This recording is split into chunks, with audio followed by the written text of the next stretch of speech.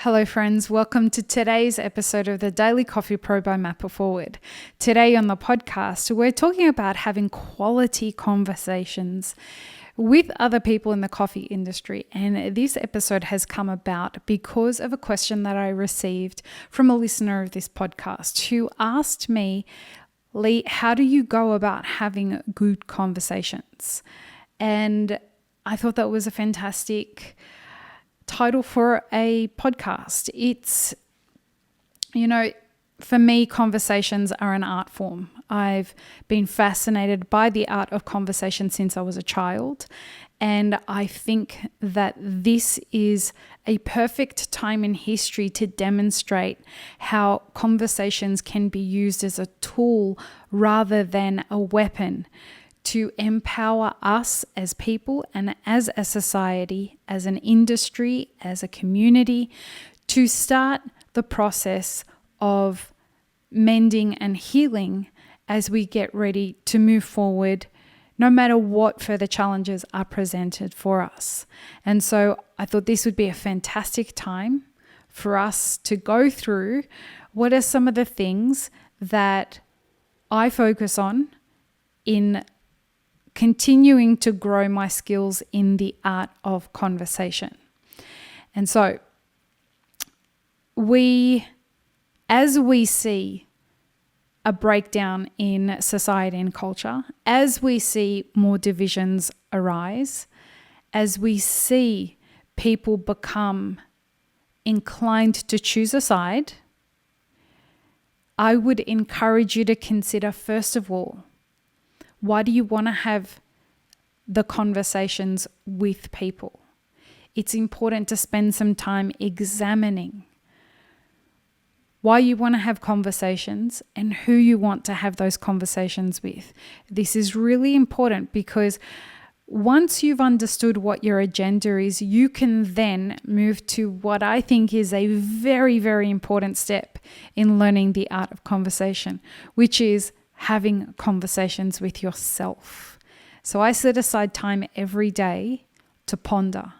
And that pondering time can be anything from 5 minutes to 2 hours, where I sit and I converse with myself and I challenge my own ideas and ideologies. I take some cool things that I'm thinking about, some boring things I'm thinking about, some really challenging, icky things that are uncomfortable to think about, and I spend time with me having conversations, comforting myself, being compassionate to myself, challenging myself, but being very obvious about those things. And you start to develop this language within you and yourself. I hope that makes sense to people, but you start to develop this way of hearing yourself joust amongst yourself. And this has wonderful, wonderful ramifications for your mental health. But the other thing that it does is it starts to develop an openness in you that starts to alleviate your dogma.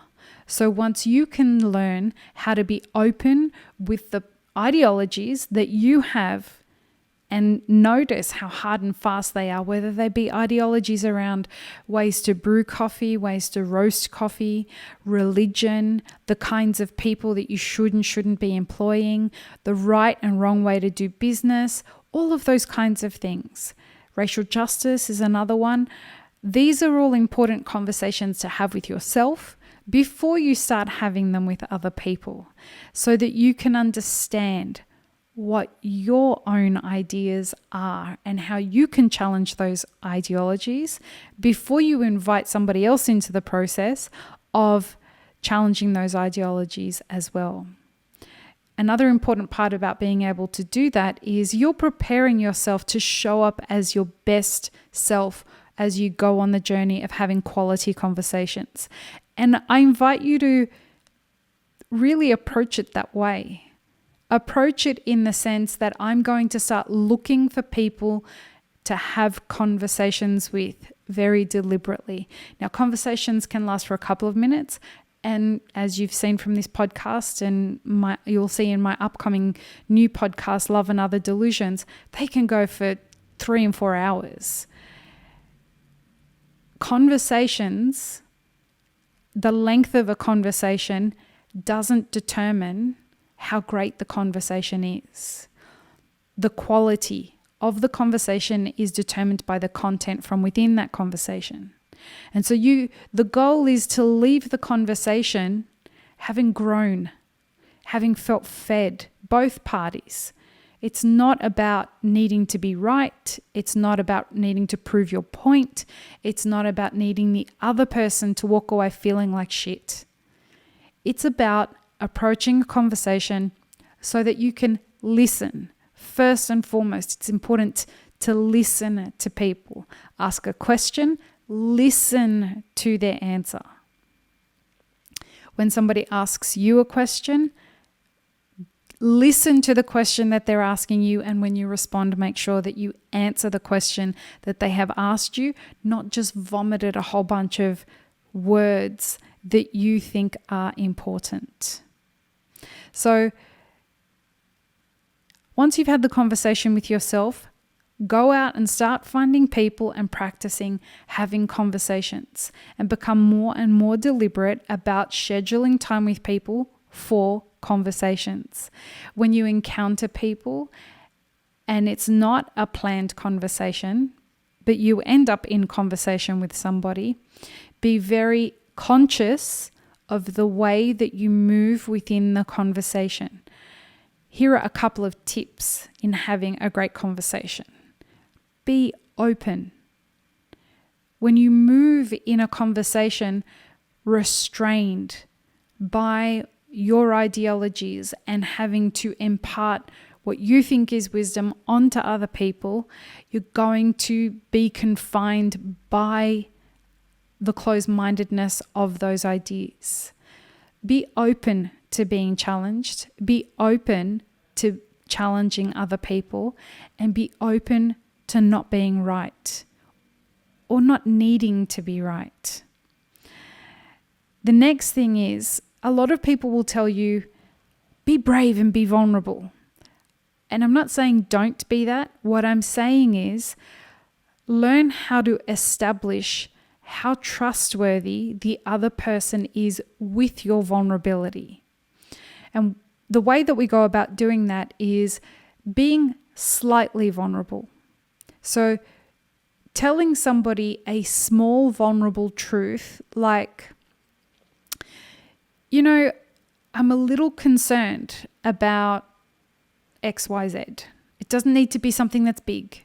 So if somebody asks you a question, give them a tiny little bit of vulnerability once you feel that you're ready to do so. Once you've done that, look for their response and be honest about their response. Have they used that to mock you? Have they used that vulnerability to manipulate you? Did they try to one-up you? These are all cues that you can use to establish whether they respected the vulnerability that you presented them with, or did they shit all over it? And if they shat all over it, I would caution you from being more vulnerable and just keep the conversation intellectual. Without revealing too much. If somebody can't be trusted with your vulnerability, you've got no business giving them any more of it. The next thing, everybody is your equal. So don't talk up to people. Anyone you think that is a superstar in coffee or somebody who has more authority than you, approach every conversation with the equal respect that you would like to receive. Don't talk up to people and don't talk down to people. Talk equally to people. And if ever I've felt intimidated by somebody, here's a bit of a trick so that you can bring somebody in your own mind to be your equal. Just remember, everybody was a little kid at some point, and everybody was uncomfortable at some point as a little kid. I picture and pretend that everybody had cousins that didn't like them or that made fun of them, etc., etc. That immediately helps you get into a space where people are equally on your level, no matter how much respect you have for them or don't have for them. So bring yourself to every conversation, speaking to the person with equal respect that you would expect to be spoken with. The next thing, I want to reiterate this. I have mentioned it already, but listen. Please listen. Listen with openness and listen with respect.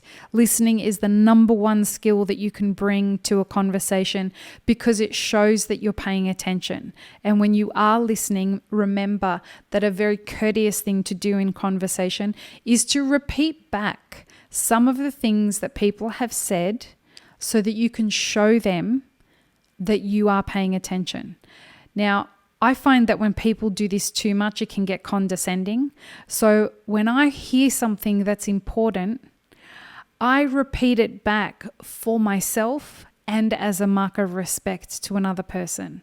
So you'll often see on the podcast, if somebody says something profound, I will repeat it back a couple of times so that it sinks in for me, it sinks in for the audience, and it is a mark of respect to the other person that I've found what they've said to be very profound. Equally, if somebody says something or asks a question that I don't understand, I'll repeat that back to them and ask them to either teach me more, clarify the question, or help me understand the reason behind why they're asking the question, because it could be perceived that they're asking the question with an agenda. Okay, the next thing, questions are very, very important in conversation. Questions will help you drive a conversation in a direction that interests you. And this is a really important time to point out the next thing that I want to make sure that you bring to a conversation, which is curiosity. So questions and curiosity go together. If you're curious and you cultivate curiosity by listening to podcasts that you don't know anything about and listening to and learning about things through movies and through documentaries and through articles and podcasts, as I said, what this does is it cultivates a curiosity that allows you and informs you in asking intelligent questions. So using your curiosity to ask questions can be an added way that feeds your listening in a conversation. Practice on yourself is another really important tool, as we spoke about at the top of the episode, but it's a very important tool in being a great conversationalist. Next, be someone who people enjoy having a conversation with. People who won't enjoy having a conversation with you will be that way because, let me put that a different way. You won't be someone people want to have a conversation with if you are dogmatic, if you argue, if you have an agenda, if you put people down, if you bark and vomit your own ideologies, whether they're about brewing coffee or they're about religion, and everything in between. Don't be married to your ideologies in a conversation or anywhere, but particularly in a conversation. It's a waste of time to have a conversation with somebody who only is prepared to think one way. So be somebody that when people walk away from the conversation, they're like, man, that was awesome. I wish that had have lasted longer. I had a friend say to me once that, you know what, Lee, we talk too much. The problem is I really enjoy having our conversations. They just go for ages, and they go for ages because we've got so much to talk about. And I leave the conversation after an hour or 2 hours and I'm still not done, but I've got so much work to do. Now, that's a fun conundrum to be in, and I can really relate to my friend's situation because, yes, usually I'll call him or he'll call me, and it's a quick question I've got about, ordering coffee or whatever, but we end up talking for hours and we feel like fed by the conversation, but at the same time, it goes on too long. Sure, the conversation went on too long, but I feel inspired the rest of the day having had a conversation with someone. You want people to walk away feeling inspired and fed, even if you haven't agreed. It is not important that you agree on everything or even anything in a conversation, but you must be respectful. The next thing, please do not argue. Arguing is fucking pointless. It's not about fighting with someone to be heard. It's about whenever you disagree, the best tact to take in a conversation is to ask a question, invite someone to explain their position, and listen. If you want to retort respectfully without needing to be right. And engage in conversations with people who are prepared to do the same thing. And finally, learn who you should be having conversations with and who you shouldn't be having conversations with. Find people who are able to meet you conversationally at a level that leaves you feeling fed as well. So if you're having a conversation with someone and it's combative, no need to continue having conversations with that person. I recently had a conversation with someone and they walked away feeling really shit about that conversation. And the reason was because they had been really mean to me in the conversation. They recognized that they had been mean to me in the conversation and they came back and apologized, saying, "This is the first time I've walked away from a conversation with you feeling like shit." Okay, that happened. We go back to having great conversations. So not all conversations are going to go the way that you want them to, but hopefully if you apply some of the tactics that we've spoken about in today's episode, you can go about having great quality conversations again and again. This is a life skill. Far too often in coffee, people are talking at each other rather than with each other. People are married to the ideas of how coffee should and shouldn't be. This is just another version of religion and politics. So detach yourself from your ideologies, find people to have great conversations with, and go into the conversation with the aim of learning and growing and imparting your ideas without being attached to them. Conversations can be a really, really great way to feel connection with people in a time when the world feels like it's falling apart. And again, you don't have to agree with people. But this is a space, conversation is a space where you can invest, grow, and heal with people in a really functional, productive way. We need more of that. Happy conversationing, friends.